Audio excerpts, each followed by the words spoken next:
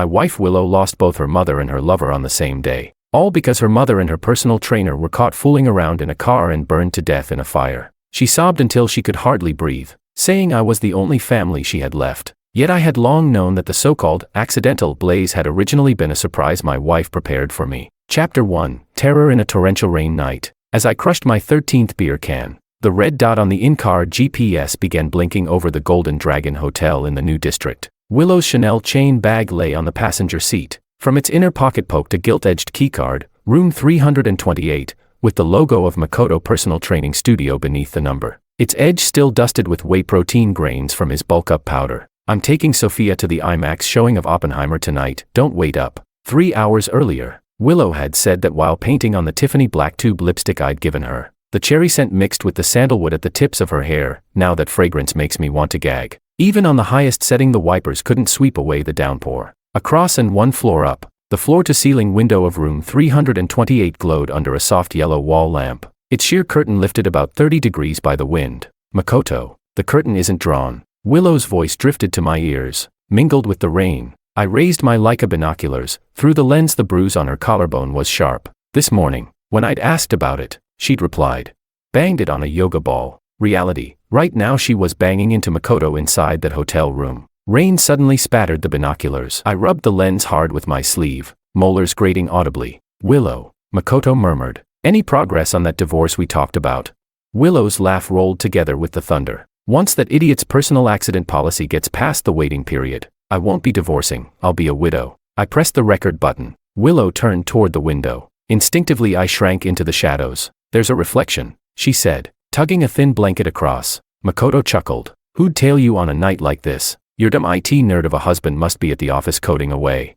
The light in 328 went out. I saved the video to a USB stick, went downstairs, and discovered my hands were shaking so hard I could barely fit the key into the ignition. The car's Bluetooth suddenly blasted, "Will you marry me today?" The custom ringtone Willow had set for me when we married a few years back. Nibbling my ear then, she'd whispered, "This song is perfect for a straight-laced IT nerd like you, really hits the spot." I slammed a fist against the steering wheel. The horn ripped through the rain. The tomb-sweeping festival is coming. And this straight-laced IT nerd is going to send you both to hell. Chapter 2. The Brake Failure Plan. That night, I smoked an entire pack of cigarettes. The embers sparked in the dark. The next morning, at the crack of dawn, Willow came home looking utterly drained and slipped the Mercedes key into the inner pocket of my suit. Her perfume had switched to a cedar base note, but it couldn't cover the lingering scent of men's aftershave on her blouse cuffs. She said, "I spent the night at my best friend's place, and the 4S dealership says the transmission's making a weird noise. Go check it out." She lowered her head to fix my tie. The bruises, concealed hickeys,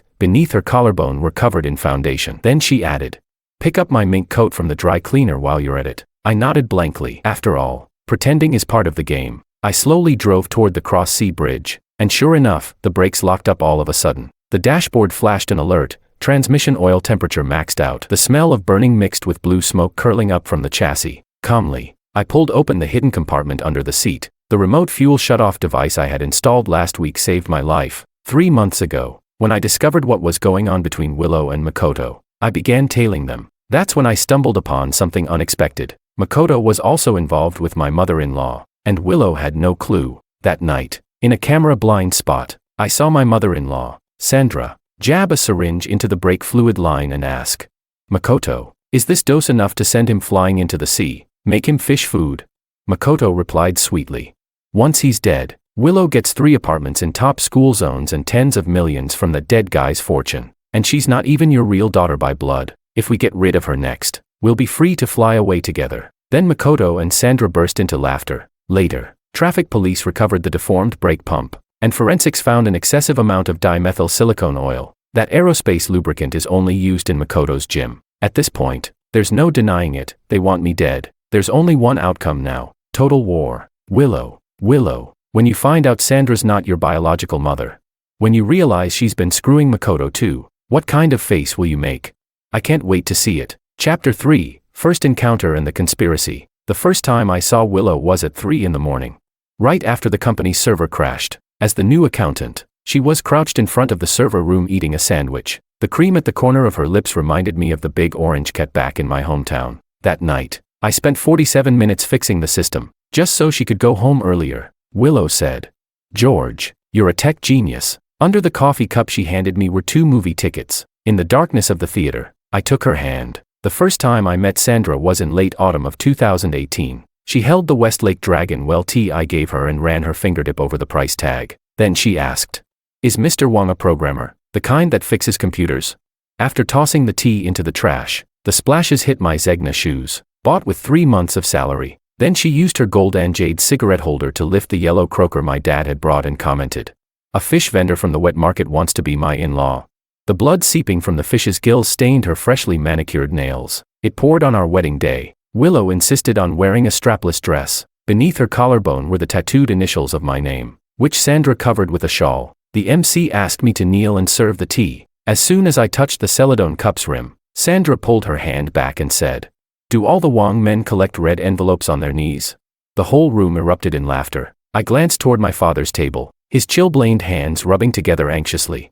Clutching the red envelope that held 8,888 yuan scraped together by selling 3 mu of sugarcane, my father said, "Please, in-law, have your tea." He bowed his back and handed over the cup. Sandra's mink coat brushed his cracked nails as she remarked, "They say your village just got internet this year. No wonder little Wong here's so obsessed with the Wi-Fi password." She deliberately raised her voice at the end. One of the videographers stifled a laugh so hard the camera shook. Willow squeezed my hand under the table. There was a cut on her palm, from the photo frame we smashed during a fight the night before. She had cried then, saying, "Mom's doing this for your own good." Now, that wound felt like shards of glass embedded in me. During the toast, Sandra stopped the waiter and said, "Replace everything with Louis XIII. Put it on little Wong's tab." I stared at the price, 28,888 yuan on the wine list. Willow rushed to mediate. "Mom, my husband's company just asked staff to invest, he's low on cash." Sandra cut her off.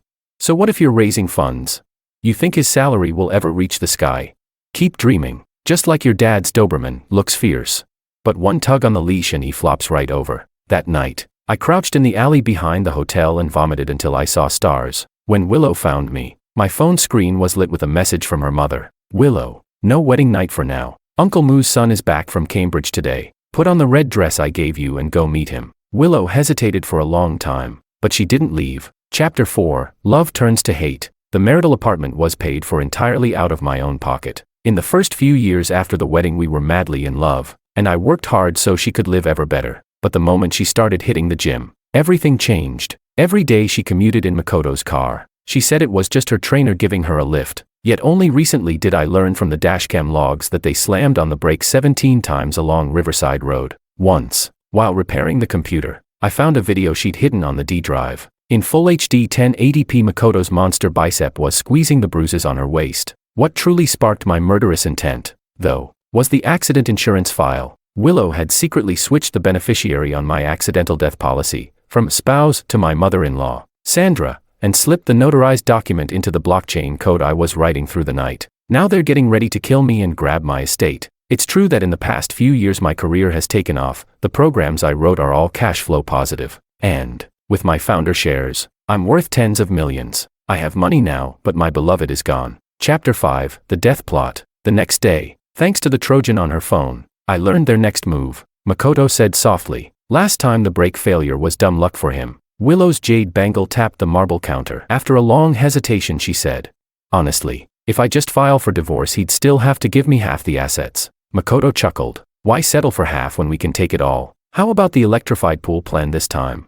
I cranked up the gain amplifier and heard Sandra chime in. "That fool's safe in his study is fireproof. We need him to open it himself. We have to get his shares and everything else first." Then Sandra added casually, "Or stage a home invasion on a stormy night."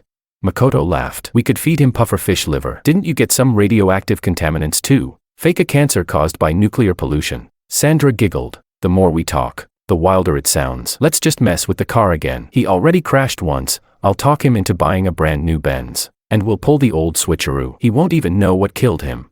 Makoto laughed as well. "He's going to his mother's grave in a couple of days." "Right. Perfect. Let the whole family have a reunion."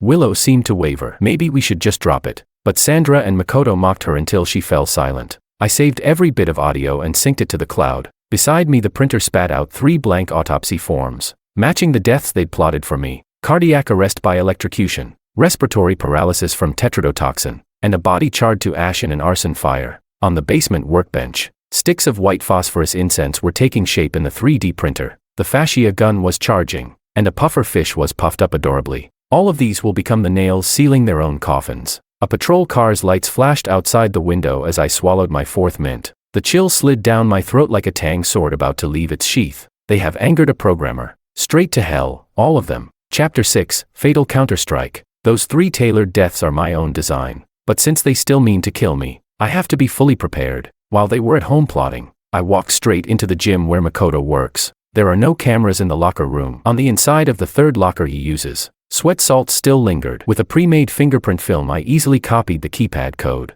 When I slid my modified massage gun into its charging dock, the built-in capacitor began storing energy, cannibalized from a scrapped defibrillator. 12 volts, more than enough to trigger ventricular fibrillation through damp skin. On the spin bike that only Makoto uses, I adjusted a resistor and locked the output at his usual 300 watt setting. If Makoto grips the handlebars, conductive gel will seep from the heart rate sensors. Exactly 45 minutes in, right when he hits VO2 max, the capacitor's pulse will merge with the bike's current. The coroner will see nothing but the textbook signs of an exertional myocardial infarction. Nothing to do with me. When I got home, Makoto was already gone. Sandra gave me a scornful little smile, folded her arms, and announced, "Let me drive your Benz for now. You go buy yourself a new one, the same model is fine." I nodded and smiled. "Mom, you really do look out for me." Willow stood off to the side, lips pressed tight, eyes flickering. Sandra snorted. "A man needs his pride. After all the years you've slogged for this family, consider this a little treat." I nodded again and strolled back to the bedroom.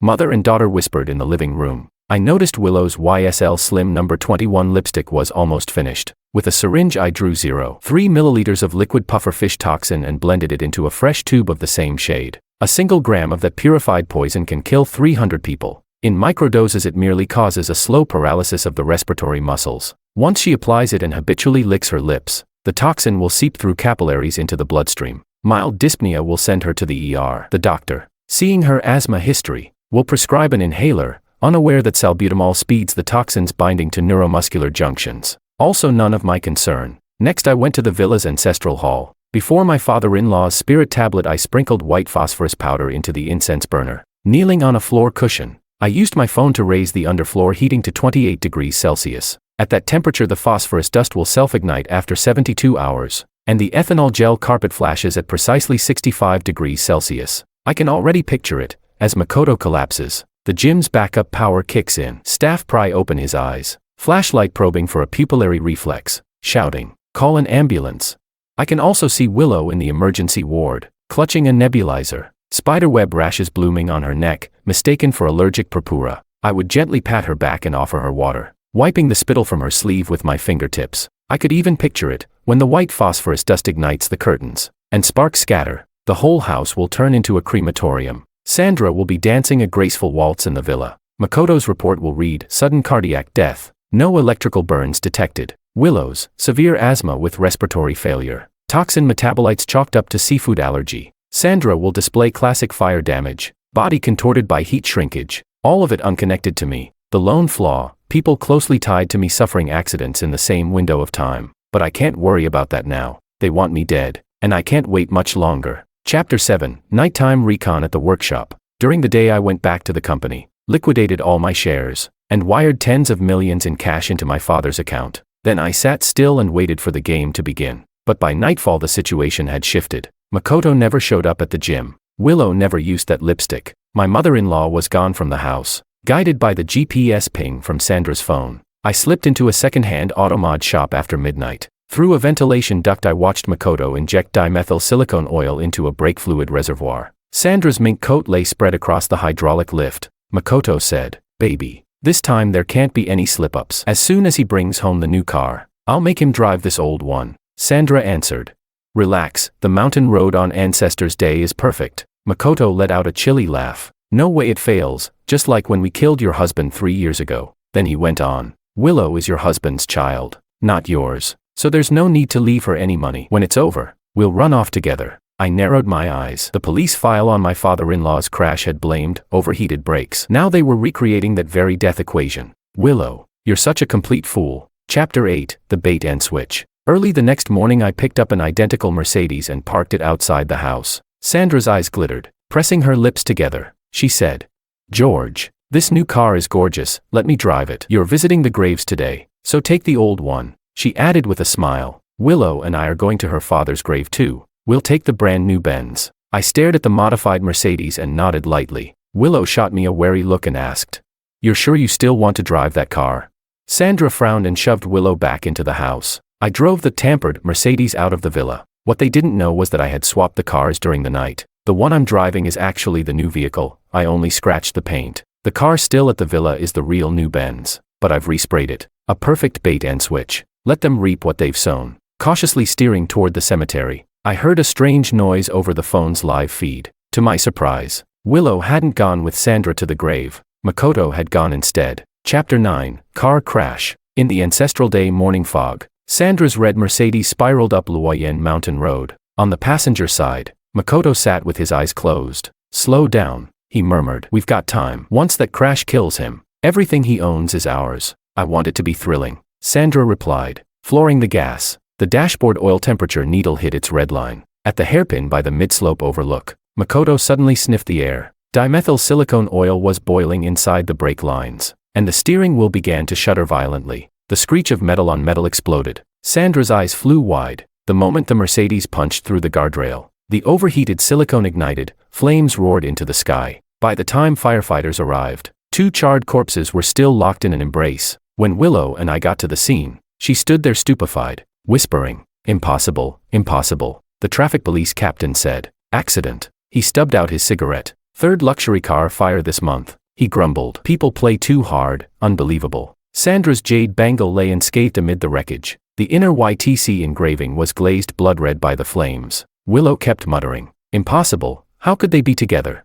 Then she collapsed, curling up on the ground, sobbing uncontrollably. Days passed in a daze. Sandra's memorial was set for the 3rd day after Ancestors' Day. I deliberately chose the charcoal gray suit she had hated most. Willow said, "Mom loved cleanliness, darling. Please brush it off properly." When she handed me the urn, her eyes skittered away. Once she would have ordered me to kowtow, but not now. Makoto was no kin of mine. I had no duty to cremate him. In the morgue, Willow pressed her lips together, then suddenly looked up, frowning. "Honey, do you know something?"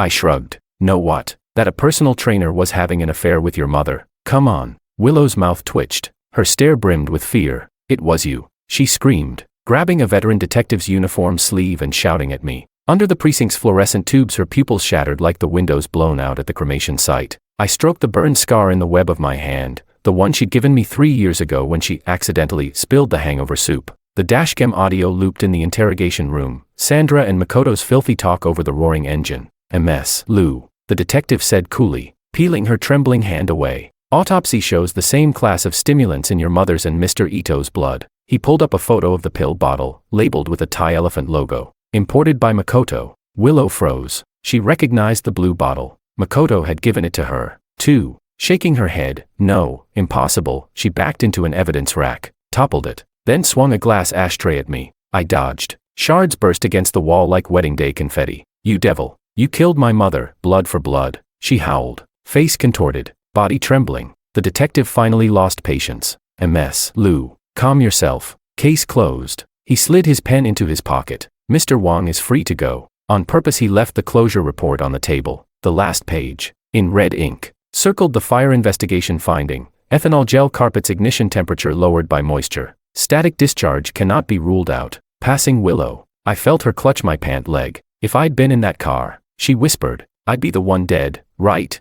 I lifted her up gently. "You're my wife. I will never allow you to die. Be good. We still have a lifetime ahead of us." Willow backed away in terror, staring at me as though I were a monster. Chapter 10, Truth Revealed. Sandra had almost no savings. All the inheritance Willow's father left behind had been blown on Makoto. For years the whole family had latched onto me like parasites. If Willow left me now, she'd be nothing. She followed me home, trembling. With a bitter laugh she said, "I'm the stupidest woman alive." I nodded and played. On the TV, the footage of them plotting my murder, the hotel room trysts with Makoto, the whispered schemes between Makoto and Sandra, everything laid bare. Willow's eyes went wide in disbelief. I spread my hands. "Pretty foolish." "Yes, you're not even Sandra's biological daughter. My investigation showed Willow was her father's child. Her birth mother died in an accident, and Sandra entered the household when Willow was 2, unable to bear children and twisted at heart." Sandra teamed up with Makoto, they killed Father Lou. Then had Makoto seduce Willow so they could kill us both,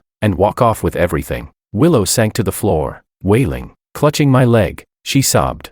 Honey, I was wrong, my greed clouded my mind. They scared me into it, I never meant to hurt you. Please forgive me, I only smiled. She thudded her knees on the floor, kowtowing over and over, crying, don't leave me, please, don't hurt me. I stroked her hair and said with a smile, I love you so much, why would I hurt you? We've got a lifetime of fun ahead. Her mouth opened, she couldn't guess what I wanted. I smiled again, letting her live on in guilt and terror is far crueler than killing her. Chapter 11, Psychological Games. I set Makoto's urn in the middle of the dining table. Willow's jade bangle clinked against her porcelain bowl. She stared at the protein powder flecks floating in her kanji, spoils swept from Makoto's gym bag. The registry office opens at 9. I said, shall we get that divorce in a bit? Scooping a spoonful of protein from the urn, I sprinkled it into her bowl. This was the 37th time I'd proposed divorce. Her tears fell precisely on the dial's 9 o'clock mark. Who husband? I was wrong, she whispered, gripping my sleeve, nails digging into the burn scar from 3 years ago. I pulled back. The urn tipped, powder spilling onto her slippers. The living room camera hides in her vanity mirror. Right in front of the live feed I tore open her collar and bit the collarbone where Makoto had left his teeth marks. See if Makoto can hear that too, I said. She convulsed before the monitor. Incense smoke curled upward while Sandra's memorial photo seemed to smile. Day after day Willow withered, yellow patches bloomed on her face. Her figure grew bloated. Strangers pointed at her on the street. Night after night she scrubbed at phantom bite marks until she knelt before me, begging. Please, husband, send me to a psychiatric hospital, I can't take this, I really can't. I opened the safe. She saw 100 unsigned divorce papers and shrieked, ripping them to shreds. The night I canceled all her credit cards, I spread copies of Sandra's will across the bathtub, soaking in bleach. Willow counted the inheritance figures. I said, 37,000 yuan. That's the coffin fund your mom set aside for you. I pressed the whirlpool switch. Water rose over the burn scar on her chest, left from her failed self-immolation. On the winter solstice night we sat aboard the anniversary yacht. In the sky above, a projection played the car sex video of her and Makoto. Reflections off the jade bangle flashed a harlot's Morse code. Let's divorce, I said for the 200th time. She suddenly lunged toward the propeller. I yanked her back. She laughed like a child who'd found a new toy and said, husband, you can't bear to, you haven't played me to death yet. Chapter 12, Last Frenzy. That night she slipped into my room again and asked, darling, can you smell my new bitter peach perfume?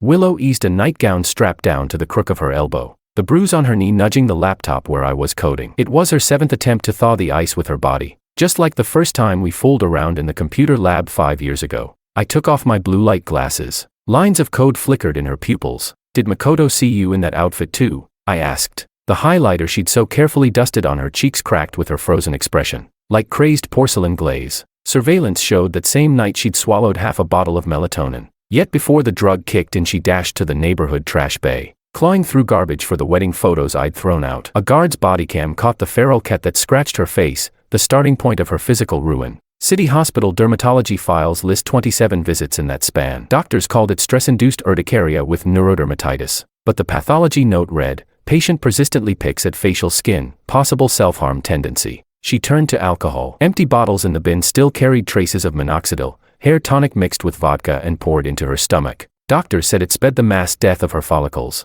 At a class reunion she wore a wig. When a false eyelash plopped into the soup tureen, her former bestie switched to whispering in English while she was retching in the restroom. The waiter I'd planted accidentally soaked her coat, out slipped a forged HIV-positive report. On the day Willow died she wore the same lace lingerie from our first night. Autopsy found her stomach packed with soil, and the last photo in her phone was an aging simulation screenshot from a photo editing app. Captioned, honey, look, I finished it ahead of time for you. The coroner's final verdict, prolonged emotional suppression leading to organic psychotic disorder. Chapter 13, Sandra's Story. The night I married into the Liu family, 2-year-old Willow sat in the middle of the bridal bed clutching a baby bottle. The toddler soaked the 3 yen 000 Suzhou embroidery bed sheets, and Martin Liu merely laughed. Perfect, she'll soon have a baby brother to keep her company. Infertility stuck in my throat like a fishbone. Every week Martin took me to the hospital for ovulation trigger injections. The nurses eyed me with pity, one of them whispering, Mrs. Sandra, your husband's sperm looks just fine. I knew they called me the hen that lays no eggs behind my back. On New Year's Eve 2000, Martin, drunk, hoisted Willow overhead and slurred, How about Daddy's little princess inheriting the family business? I smashed my champagne flute. The shards in my instep hurt less than his words. The first time I saw Makoto, he was coaching a society matron on a Roman chair at the Weston gym. At 24, his oiled physique gleamed. His rising chest was as graceful as a panther's. "Madam, you need to fix your anterior pelvic tilt," he said. And when his palm touched the small of my back, I caught the scent of cedar beneath his sweat. That day I bought 50 personal training sessions. My hand shaking so badly I keyed in the wrong pin 3 times. During our first locker room tryst he bit my ear and whispered, "Martin won't live past next Ancestors' Day." I clawed bloody furrows down his back. Blood and plaster dust filled my nails. It was sun showering the day Martin died. Makoto met me in the garage wearing surgical gloves as he adjusted the brake pads. A nameless oil smear on his collarbone like a snarl of a scar. "Once we get the inheritance, I'll take you to see the sea in Mauritius," he said, brushing rain from my lashes. When Martin's Mercedes-Benz S600 slammed into an oil tanker, I was trying on morning clothes. Firefighters said the corpse had burned until only a platinum wedding ring remained. I slipped off my matching ring and dropped it into the men's room urinal at the gym. At Willow's 28th birthday banquet I tucked Makoto's business card into her LV bag. "A girl needs a peach-perfect booty if she wants men to dote on her," I said, personally swapping her into Lululemon yoga pants that cinched bruises into her waist. The surveillance feed caught Makoto pinning Willow against a spin bike while I was applying lipstick in a mankiller shade. A stability ball ricocheted off the mirror, reflecting Makoto flipping the camera the bird. I let Willow join our game only because of George's fortune. I stared at the bedroom safe, his share certificates must be inside, while the window showed my calf taut under a silk cheapao, 52 and still able to drive a man like Makoto crazy. Thanks to more than just Bulgari Blue. "Are you really going this far?" Makoto asked behind me. Outside, torrential rain battered my son-in-law's brand new Mercedes. The dashcam's red LED blinked like the ECG line of Willow's father in his final moments. That wedding 5 years ago should have been the end. I still see George kneeling on the tulip aisle, the shoulders of his cheap suit wrinkled like a stray mutt. His father's hand trembled around a fake jade bangle, sweat blooming dark clouds on his lapels. Yet Willow clung to his arm and declared she'd marry no one else. After I met Makoto, money poured out of me like water. So I set my sights on George. Who could have guessed he'd strike it rich, coding his way into AI stardom? Better to let him disappear by accident. Makoto tested the waters. "How about a flyover crash? My brake tampering fee has to count toward the inheritance." Willow's mouth twitched in terror. That was our first formal conspiracy. Holding Willow by the waist, Makoto demonstrated the brake failure model. "Kill with a borrowed knife," he said. "Make sure there's no whole corpse left." Yet when flames curled over the leather seats Makoto and I occupied, I finally saw the good luck charm dangling from the rearview mirror, a photo of Willow and George on the back of her talisman. As the stench of burning flesh met my nose, I could hear Martin laughing. Chapter 14, Willow's Story. I lifted Makoto's fingernail clipping with a pair of tweezers and suddenly remembered the nude polish he first brushed on me a year ago. He'd been kneeling on one knee atop a yoga mat, fingers skimming my ankle as if by chance. "Miss Lou, your arch is exquisite," he'd murmured. That polish, and Makoto himself, were my birthday present from Mother, a diamond-level VIP card at the gym, personal trainer included. In the footage playing now, he sized up my body as though unboxing a long-awaited parcel. "Your husband stares at code all day. How would he know real beauty?" Makoto said. Mother slid a Porsche key into the ignition. "We're the backless dress I bought you for next week's gala." The cabin smelled of road to the underworld. The car fragrance Makoto gave me, the resinous incense base tangled with the cedar of his sweat. At a red light he suddenly leaned over to fasten my seat belt, stubble grazing my collarbone, heartbeat racing. "Shall we check your body fat percentage?" he teased. I yielded, and even begged them to spare George. In the end Makoto's sweet talk broke me, and I agreed to their plan. I never imagined the arrow we loosed would pierce Mother and Makoto instead. On the day traffic police called to claim the bodies, I wore Makoto's favorite mankiller lip glaze. Mother's diamond-tipped acrylic nails were still embedded in the steering wheel shards. Makoto's right hand clutched the severed brake line. The coroner tapped the report. "Accident. Brake system eaten through by strong acid." I doubled over the counter and retched, my mind a maelstrom. Never had I thought. Sandra and Makoto, together.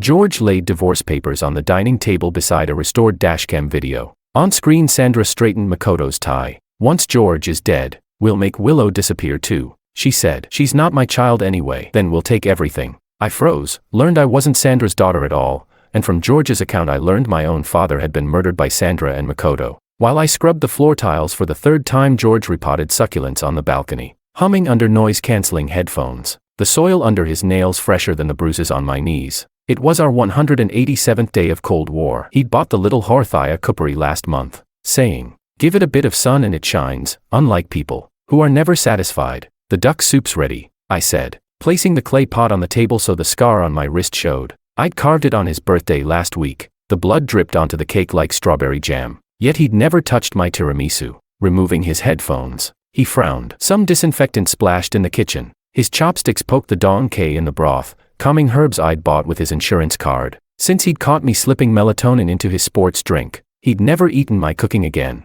The soup went into the succulents pot. Sizzling fat singed its leaves. The bathroom mirror still bore the blood scrawl from 6 months ago. That night he'd dragged me from a hotel room. I'd swallowed an entire bottle of antidepressants in front of him. Leaning on the doorframe, he'd filmed me, acting half-baked. "Swallow that slow and the ambulance will beat the poison." I'd ended up gagging myself to vomit. He hadn't even flushed the toilet for me. "Cold front tomorrow. I put your sweater." I blocked his study doorway with a cashmere pullover. He was tweaking a new program. Blue light glazing the nape he once let me mark with bruising kisses. "You're blocking the screen," he said, pushing me aside, face colder than a polar night. Deep in the night I squatted by the flower bed and ate dirt. The sour rot of humus was harsher than any medicine. Beneath the newly planted peony lay a dead stray. George said last month its mating yowls ruined his coding flow. Clods jammed in my throat. I suddenly recalled his proposal promise to take me to Iceland for volcanic rock cuisine. "Having fun?" George asked, flashlight blinding my eyes. Ash dusted his pajamas. He must have been burning incense for Sandra. Mud choked my apology. He knelt, stuffing aquarium pumice into my mouth. "Lava stone purges better than bonsai soil," he said. I sat in the shower for 4 hours. My skin pruned, yet the earth stench clung. At my last hospital visit, the doctor stared at my gastroscopy scan, shaking his head. "All those fibers, did you eat the landscaping?" I felt the CT shadow in my abdomen, like the moss terrarium George let die. He sat in the waiting area scrolling Taobao. His cart held industrial-grade sprinkler heads. That evening, in front of him, I chewed the entire succulent to pulp. "Expressionless," he said. "If you chewed like that in front of the camera, your mukbang views would crush every influencer out there." Juice dripped from my chin onto the collarbone, still stamped with his drunken bite. "Violence restrains violence," he'd said. When the funeral workers came to collect me, George was on the balcony grilling pancakes. He drizzled maple syrup over the burnt side. "Special hellfire flavor, just for you." The last thing I heard was his mechanical keyboard clacking in time with the urn's lock snapping shut. Later, the property manager warned in the resident chat, someone had poured concrete into the septic tank. A reply below read, "Sorry, pet got into something it shouldn't." Attached was a surveillance still of me scrubbing the floor, next to a Horthia greener than ever.